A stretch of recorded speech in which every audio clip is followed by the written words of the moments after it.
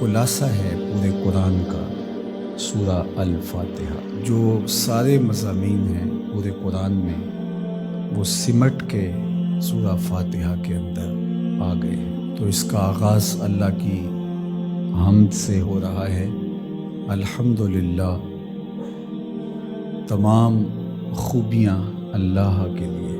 کسی کے اختیاری حسن پر، کسی کے اختیاری جمال پر جو ثنا کی جاتی ہے، ستائش کی جاتی ہے، اسے حمد کہا جاتا ہے۔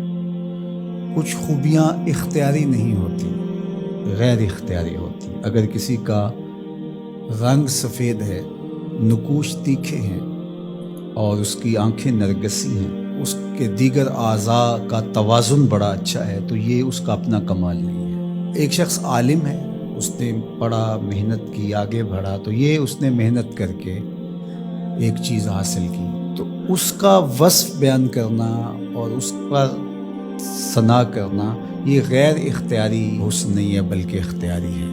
تو کمال وہ ہوتا ہے جو چیزیں اختیاری ہوں۔ تو اللہ جل شانہ کی حمد اس لیے کی جاتی ہے کہ اس کی چیزیں، اس کا حسن غیر اختیاری نہیں ہے، وہ اس کا اختیاری ہے۔ اللہ اکبر۔ تو کسی کے اختیاری حسن پر تعریف حمد کہلاتی ہے، اور اگر وہ نعمت کے مقابلے میں ہو تو وہ حمد شکر کہلاتی ہے، اور اگر نعمت کے مقابلے میں نہ ہو تو اس کو حمد کہا جاتا ہے۔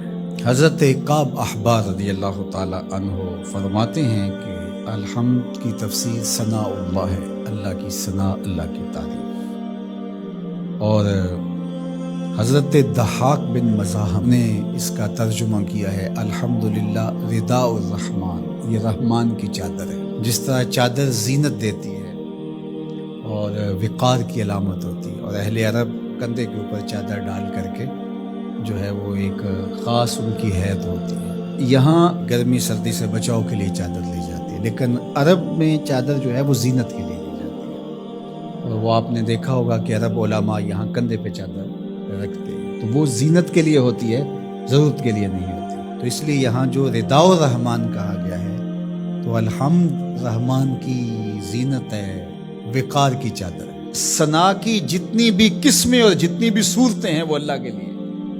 وہ ڈائریکٹ تعریف کی جائے تب بھی اللہ کی، انڈائریکٹ تعریف کی جائے پھر بھی اللہ کی ہے۔ یعنی پھول کو کہا جائے کیا خوب پھول ہے تو پھر بھی اللہ کی تعریف، اور کہا جائے سبحان اللہ پھول کو دیکھ کر پھر بھی اللہ کی تعریف۔ پاکیزگی اللہ کی بولی جا رہی ہے، اور اگر اس کی درزوں کو، اس سے مہکتی نکلتی خوشبو کو، اس کے رنگوں کا جمال اور اس کی لطافت دیکھ کر کے کہ واہ کیا کھلا ہوا شگفتہ گلاب ہے، تو آپ گلاب کی تعریف کر رہے ہیں لیکن خالق گلاب کی تعریف کر رہے ہیں، یہ انڈائریکٹ تعریف ہے۔ تو خوبی کی جتنی بھی صورتیں ہیں، چاہے وہ ڈائریکٹ ہو، چاہے وہ انڈائریکٹ ہو، چاہے وہ قولن ہو، رویتاً ہو، فعلاً ہو، جس طرح ہو، اللہ کے لیے۔ اس کی تم کیوں خوبیاں بیان نہیں کرو گے؟ الحمدللہ رب العالمین، وہ تمام جہانوں کو پالنے